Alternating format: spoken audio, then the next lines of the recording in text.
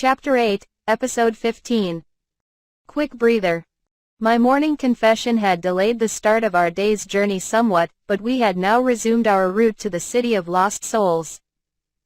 Just like the day before, we frequently encountered undead monsters, but our trek was going more smoothly than ever, because we were riding the Emperor Scavenger Slime today. Never thought to ride on a slime, Remily said. It's pretty comfortable once you get used to it. A surprisingly smooth ride, Sebas added. As if we were gliding on a flat board. The Emperor Slime crawled just like any other slime, but its enormous size gave it a larger stride, if I could call it that helped with the rough terrain. According to Sever, we were going about as fast as a horse's trot, which was plenty fast for being able to glide through the severe terrain of these valleys with ease. Moreover, riding the Emperor Slime helped with fighting the undead. While fighting them on foot could take time away from our journey, the Emperor could simply absorb a few undead and keep going. Even when we had to go through larger hordes, we could whittle them down with long-range magic before we came up to them and mow right through without having to stop. It can cushion anything that bumps into us or catch us if anyone falls. This is a safe and convenient method, I said. Still, mounting the Emperor Slime did have one downside. The undead, currently being digested by the Emperor Slime, were right under us. At least the undead couldn't escape the slime on their own. And I had set up a waterproof cloth coated with light magic between us and the slime to keep the undead out of our sights and to prevent the Emperor Slime from accidentally swallowing us up. It also served as a failsafe to prevent us from being attacked. While I thought this mode of transportation was highly efficient, I'd be lying if I said the undead being digested just below us didn't bother me. Since I suppose all of us were thinking of what jiggled beneath us, conversation stopped for some time. Reinbach was the one who eventually broke the silence. About our conversation this morning, Ryoma. I'll only share that with my son and his wife. I trust you and both of them, I said. Are you sure you don't want to tell Elia? When she was younger, we held a family meeting about how to raise her, keeping in mind that she had the potential to be a child of the gods. In the end, we had decided to teach her what was important to know as a person, more than what was important for a noble to know. Our first order of business was to show her as much love as we could. We would protect and grow her young heart.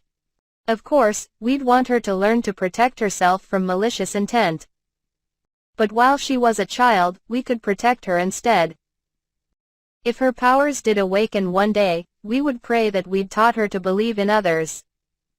Come to think of it, I stereotyped nobles, even children, as calculating and two-faced. Elia must have seemed like a nice, normal girl because of the policy Reinbach spoke of and because of her family's efforts to raise her that way. Elia grew up to be a genuine, kind girl, Reinbach continued. But politics aren't her forte because of it. If we told her about you, she might unknowingly draw attention to you through any changes in her that she can't quite control. Young ladies of nobility raised with more traditional values also attend her school, many of them shrewd and observant. We must mitigate the risk of news spreading whenever we can. That is very kind. Thank you, I said, knowing that Reinbach would have liked to tell Elia the truth right now if he could have. Without you, Elia would have to question whether or not she was a child of the gods all her life. Even though she won't know the truth now, it will spare her from a lifetime of asking herself an unanswerable question. Oh, even my heart feels lighter. I look forward to sharing the news with Arya. Arya was a name I hadn't heard. From the context, I could at least guess that she was a Jamil. Arya is Reinbach's wife, Remily explained. Elia's grandmother, I confirmed. Miss Arya was not in the best health for most of her life. She was greatly concerned for her granddaughter's future until she passed, when Miss Elia was little. If I go first, I will enjoy sharing this with her, Sebas said. I'm glad to hear that, but don't be in too much of a hurry to leave this world, I said. Exactly. A weight off your shoulders is one thing, but don't let it lower your guard, Sever said. What's the harm? It's such a beautiful day, let's enjoy it, said Remily. Sure enough, the weather was great. Our leisurely journey under the cloudless sky was accompanied by a refreshing breeze in our faces. Besides, we won't have time for that once we make it to the city of lost souls. Better build up our strength. Let's talk about something fun. Any ideas, Ryoma? You could give me a prompt, at least. Anything, I muttered, worried that topics I would have usually chosen to talk about had been exhausted. Left alone, I'd start rambling about magic again. How about your favorite spots to travel to? I'd be interested to see them, and I may want to know about a few places where I could hide out if the world finds out I'm a child of the gods. A healthy mix of optimism and pessimism, Remily said. I would choose a town along the Adora River. The river is a major source of transport and tourism. The more people there are, the easier it is to hide. If you ever need to make a run for it, you can leave by land or water. With your experience living in the forest and your skills in space magic, Count Baremus's territory to the south may suit you well too, Sebas suggested. Surrounded by thick woodlands, it would be easier to conceal yourself. And their famous high-end furniture and woodworking do draw in some tourism. From my experience as a knight, if you're in a situation where you have to make a run for it, it's already too late. Wanted posters can spread your name and likeness through the country. Even without it, the Order could always find some clues by spending enough man-hours investigating a town.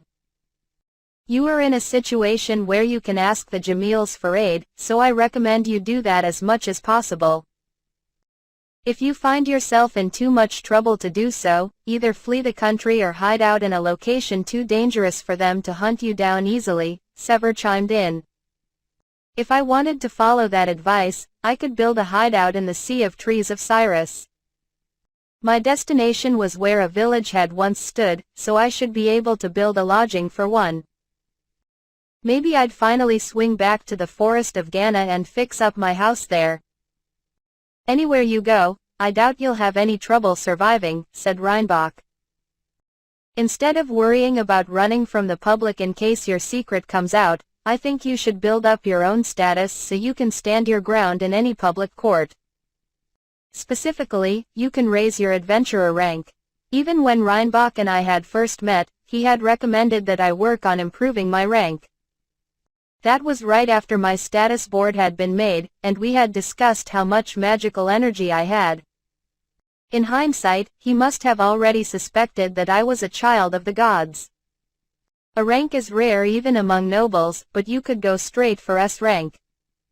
Even nobles would hesitate to interfere with an S rank adventurer. I just turned C rank. What would I need to do to get to S rank? I asked. You have two options. You can either spend years and decades completing quests, or you can fast-track it with brute force. Reinbach began to explain in more detail. S rank was partially an honorary title. Individuals or parties considered to have contributed greatly to the guild or kingdom at large were promoted to S rank. Worgen, the guild master of the Gimel branch, had earned his rank this way. On the other hand, sometimes adventurers with exceptional skills would join the guild. Someone like me, a child of the gods, was a good example of that. Another reason the guild designed the S rank title was to give those individuals status and protection, as well as put a leash on them. The title would come with some red tape, but it would give me status and deter a lot of people from messing with me.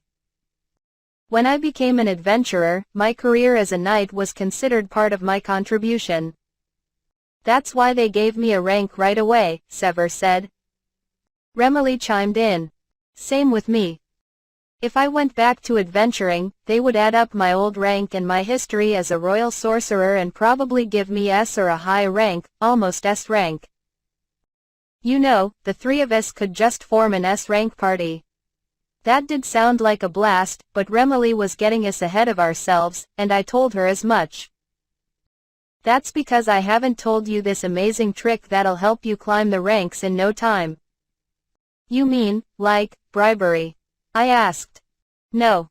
You just need to efficiently rack up enough points to get you to S rank. You know how Severs or my career would contribute to our adventurer rank? Remily prompted. I see.